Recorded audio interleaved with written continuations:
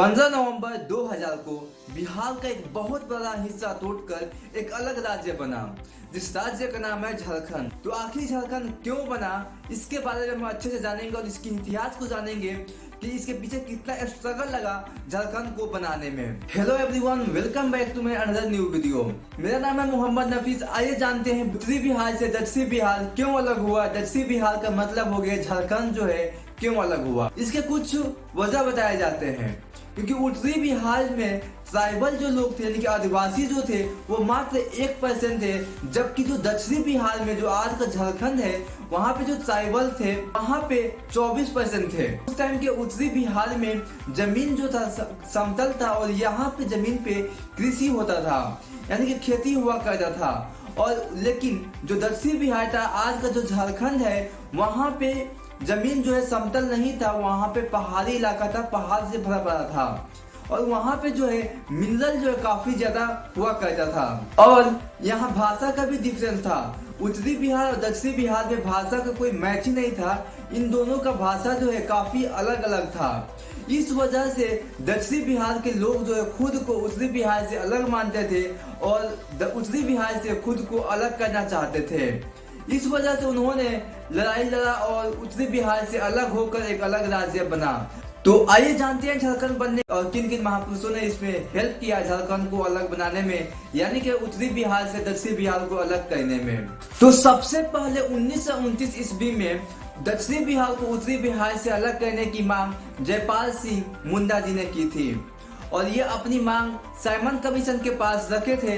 ये अपना प्रस्ताव रखे थे कि उत्तरी बिहार से दक्षिणी बिहार को अलग कर दिया जाए और दक्षिणी बिहार का नाम जो है झारखंड रहेगा। लेकिन साइमन कमीशन जो है उनके प्रस्ताव को रिजेक्ट कर देते हैं और उसके बाद जयपाल सिंह मुंडा जी शांत हो जाते हैं। और उसके बाद 1938 में यानी कि 1938 ईस्वी में जयपाल सिंह मुंडा जी एक अलग पार्टी बनाते हैं, जिस पार्टी का नाम रखते हैं आदिवासी महासभा। और इस पार्टी का वो प्रेसिडेंट बन जाते हैं। और आदिवासी महासभा का एक ही मोटिव था, यानी कि उत्तरी बिहार से दक्षिणी बिहार को अलग करना, यानी कि एक अलग स्टेट बनाना जिस स्टेट का नाम झारखंड हो। फिर उसके बाद जब साइमन कमीशन जो है उनको रिजेक्ट कर देते हैं और अपने पार्टी बनाने के बाद जाकर मिलते हैं सुभाष चंद्र बोस से और उनको बताते हैं कि उत्तरी बिहार से दक्षिणी बिहार को अलग करना है और उनके सारे तर्क उनको देते हैं। लेकिन सुभाष चंद्र बोस जी ने उनको रिजेक्ट कर देते हैं, ये बोलते हुए कि अगर हम बिहार से यानी कि उत्तरी बिहार से दक्षिणी बिहार को अलग करते हैं, एक अलग स्टेट बनाते हैं, तो हमारे जो फ्रीडम की जो आज़ादी की मांग है उसमें इफेक्ट पड़ सकती है और हम इसमें कमजोर पड़ सकते हैं। इस वजह से सुभाष चंद्र बोस जी ने रिजेक्ट कर दिया था। और फिर उसके बाद जयपाल सिंह मुंडा जी जो है शांत हो जाते हैं और इस आंदोलन को वो दबा देते हैं। और आजादी के बाद वो अपने पार्टी का नाम आदिवासी महासभा से चेंज कर झारखंड पार्टी रख लेते हैं। आजादी के बाद जयपाल सिंह मुंडा जी जो है बिहार की राजनीति में उतर जाते हैं। 1962 ईस्वी में राज्य पुनर्गठन के सामने बिहार से यानी कि उत्तरी बिहार से दक्षिणी बिहार को अलग करने की मांग की, लेकिन उस समय राज्य पुनर्गठन जो था इनके प्रस्ताव को रिजेक्ट कर देता है और एक्सेप्ट नहीं करता है। और फिर आता है टाइम 1963 ईस्वी का। 1963 ईस्वी में ये काफी दिलचस्प कहानी था, काफी दिलचस्प इलेक्शन था कि जयपाल सिंह मुंडा जी जो है दक्षिणी बिहार में 32 सीट लाते हैं और यानी कि पूरी दक्षिणी बिहार में कोई अन्य पार्टी जो उत्तरी बिहार की थी वो सीट नहीं लाती है उतना। 32 के 32 सीट जो है झारखंड से वो जीत जाते हैं। लेकिन 1963 ईस्वी में कांग्रेस ने जयपाल सिंह मुंडा की पार्टी झारखंड पार्टी को अपने पार्टी में विलय करा लेती है और उसके बाद ये आंदोलन जो थम सा जाता है। टाइम आता है 1972 ईस्वी का, जहां पे एक नए पार्टी का जन्म होता है, जिस पार्टी का नाम था JMM, जिसका फुल फॉर्म होता है झारखंड मुक्ति मोर्चा पार्टी। और इसके फाउंडर जो थे 2-3 लोग थे, जिसमें एक का नाम था विनोद बिहारी महतो।